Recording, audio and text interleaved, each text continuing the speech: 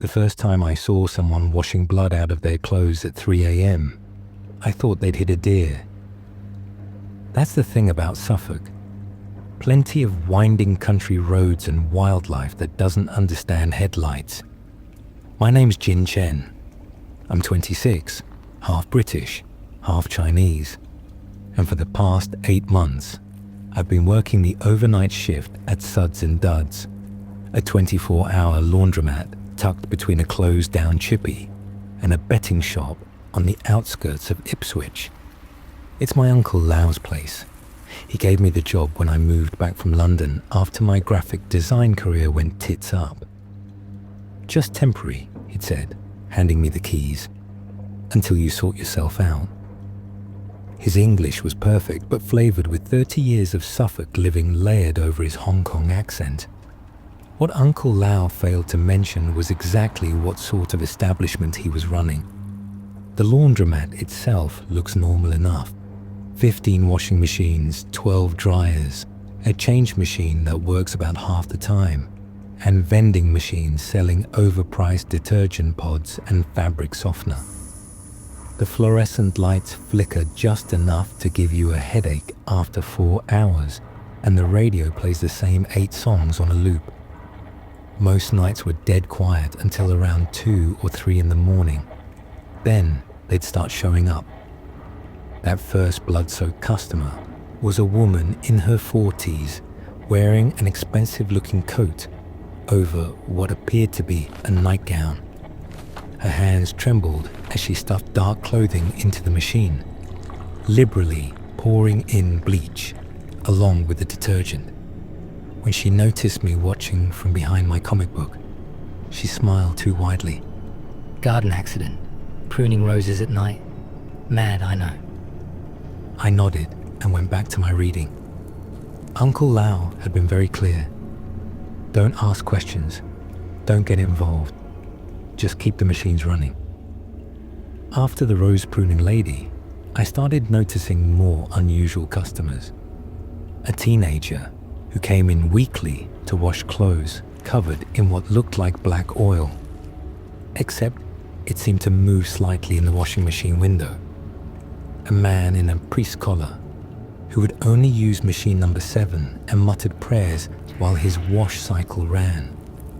An elderly woman who brought in blankets that smelled so powerfully of copper that I had to step outside for air. 3 months into the job, at precisely 3:17 a.m, the bell above the door chimed. A man walked in wearing an immaculate charcoal suit that seemed oddly dry despite the torrential rain outside. He carried a small gym bag that dripped red onto our linoleum floor. I was about to offer him the industrial stain remover we keep under the counter when Uncle Lau's voice sounded in my head. Don't get involved. The man nodded at me, then proceeded to washing machine 13, the one that made an ungodly shrieking noise during the spin cycle and that most customers avoided. He removed from his bag what I initially thought was a red dress. It took me a moment to realize it had once been white. As he loaded the machine, our eyes met in the reflection of the round door. His pupils contracted vertically, like a cat's. Lovely evening, he said in a posh accent, sounding genuinely pleased about the apocalyptic weather outside. I managed a in response. You're Lau's nephew, aren't you? He added fabric softener with delicate precision. He mentioned you'd be taking over the night shift. That's me, I said, suddenly unsure if I should be making small talk with whatever he was. Excellent. I'm Mr. Reed, semi-regular customer. He closed the washing machine door with a click that sounded oddly final. Your uncle understands the importance of discretion. Right. I nodded, trying to look like someone who understood things. Mr. Reed smiled, revealing teeth that seemed too numerous for a human mouth. The accords are quite clear. This establishment is neutral ground. No business conducted No grudges settled, no hunting, just cleaning. He placed a £20 note on the counter, even though the machine only cost £3.50. For the extra mess, he explained. Then he checked his watch, an antique pocket watch that seemed to tick backwards. I'll return for my things in precisely 43 minutes. Please ensure no one touches them. After he left, I called Uncle Lau, despite it being the middle of the night. Uncle, there's a bloke washing what looks like a bloodbath at 3 a.m, and he had weird eyes and... Jin, my uncle interrupted, sounding remarkably awake. Do you remember what I told you? Don't ask questions, don't get involved, just keep the machines running, I recited. Good boy. Mr. Reed is a valued customer. They all are. He paused. Some nights are busier than others. Full moon tonight. What does that have to... I'm going back to sleep. Don't call unless someone breaks the accords. The what? Uncle, what? But he'd already hung up. Exactly 43 minutes later, Mr. Reed returned, collected his now pristine white shirt, and left with another too wide smile. The next morning, the local news reported that a farmer had found one of his sheep completely drained of blood. Strange puncture wounds, the reporter said. I stared at the television in the break room as I counted the till before handing over to the day shift girl, a uni student named Ellie, who never asked why there were sometimes suspicious stains on the floor when she arrived. After that night, I started paying closer attention to our late-night clientele. There was a pattern to when they came in. Full moons were always busy, as were the solstices and equinoxes. Halloween saw a line forming outside the door at midnight. Mostly people with clothing soaked in the substances I couldn't identify, but that sometimes glowed under the fluorescent lights. I began keeping a log in a notebook, using a coding system of my own design. CS for creepy smile, usually paired with too many teeth. VE for vertical eyes, like Mr. Reed. IS for impossible shadow. The customers whose shadows moved independently or didn't appear at all. The teenager with the live-in black oil earned his own category. BG for black goo. 3 weeks into my covert cataloguing, a woman came in who defied classification. She looked utterly normal. Jeans, raincoat, tired eyes. But every single machine in the place started running when she walked past them, even the broken ones. She noticed my stare and approached the counter. You can see, can't you? She asked quietly. More than your uncle could have first. I glanced down at my notebook, then quickly covered it. It's all right, she said. I'm Marie. I run the bookshop 3 streets over. The one with the weird opening hours? I asked. She smiled. We open when we're needed, much like this place. Marie leaned in closer. Your uncle didn't just give you this job because you needed work. The Chen family has been providing neutral territory for over 4 centuries. First in Hong Kong, now here. I don't understand. Suffolk has always been porous, she said cryptically. Thin boundaries between worlds. Places like this laundromat, there's safety valves. Everyone needs clean clothes, even those who aren't entirely human. Before I could respond, the bell chimed, and 3 people walked in simultaneously. A tall man in leather, a teenage girl with hair so blonde it was almost white, and an elderly woman carrying a cat carrier. They nodded at Marie, who straightened up. We'll talk another time, she said. Just remember, neutral ground is sacred. That's why they respect it. Over the next few months, Marie became something of a guide. She'd stop by early in her shifts, usually around midnight when the laundromat was empty. bringing tea in a thermos and biscuits wrapped in napkins. The trick She explained one night. is not to see the full picture all at once. Humans aren't built for it. Like those magic eye pictures. Sometimes you see more clearly when you're not trying so hard. I learned to recognize the signs. The way certain customers avoided the vending machine with the flickering light.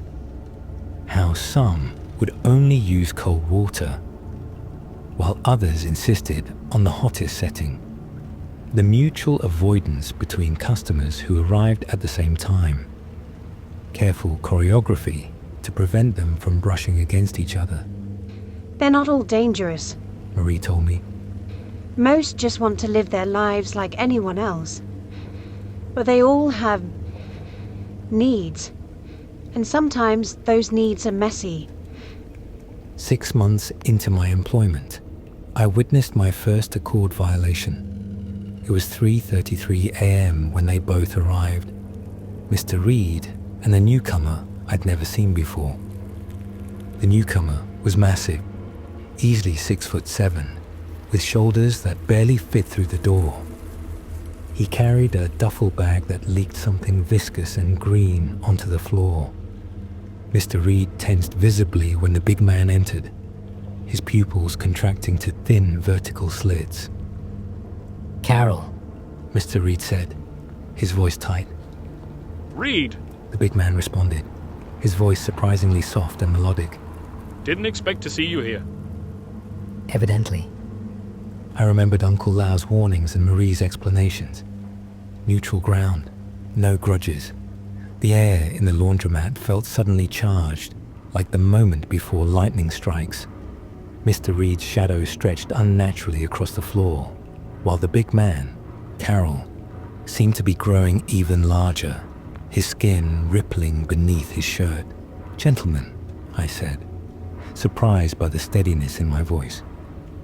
"May I remind you of the accords?" Both heads swiveled toward me. I felt a pressure behind my eyes, like someone trying to push their way into my mind. "The Chen family has provided neutral territory for over 4 centuries," I continued, reciting Marie's words. "This establishment is protected ground.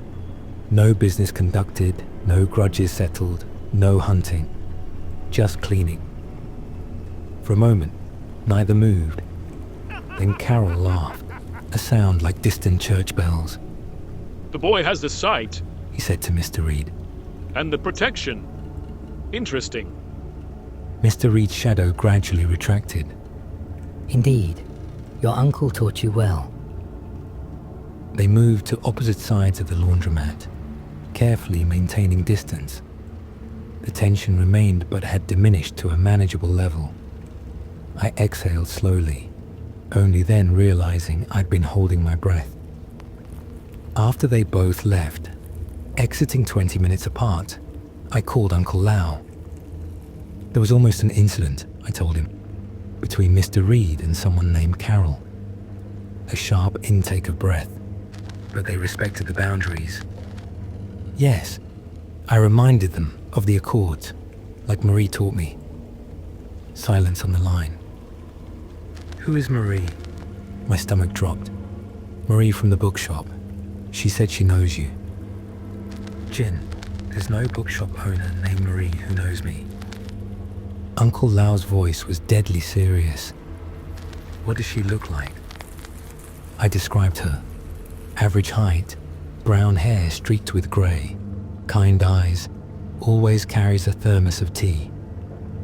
"Has she ever asked you to let her in before opening hours? Or after closing?" "No," I said. "She only comes around midnight when we're open but empty." "Good. That's good." Relief colored his voice.